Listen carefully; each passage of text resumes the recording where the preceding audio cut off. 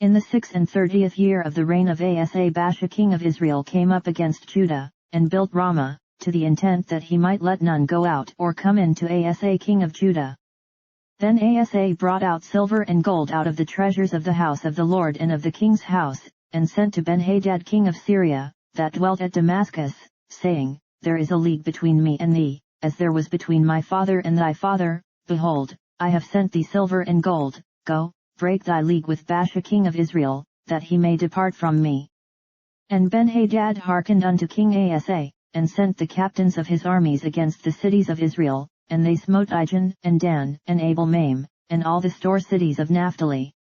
And it came to pass, when Baasha heard it, that he left off building of Ramah, and let his work cease.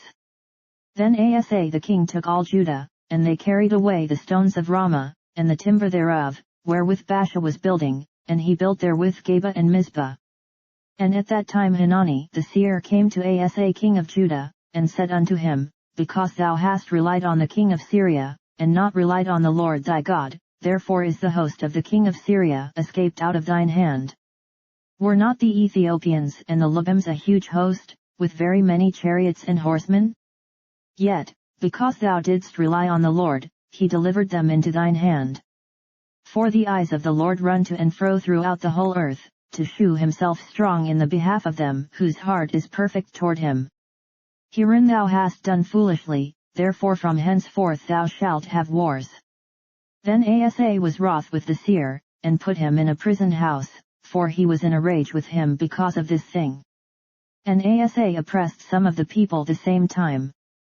And, behold, the acts of Asa, first and last, lo, they are written in the book of the kings of Judah and Israel. And Asa in the 39th year of his reign was diseased in his feet, until his disease was exceeding great, yet in his disease he sought not to the Lord, but to the physicians. And Asa slept with his fathers, and died in the 41st year of his reign.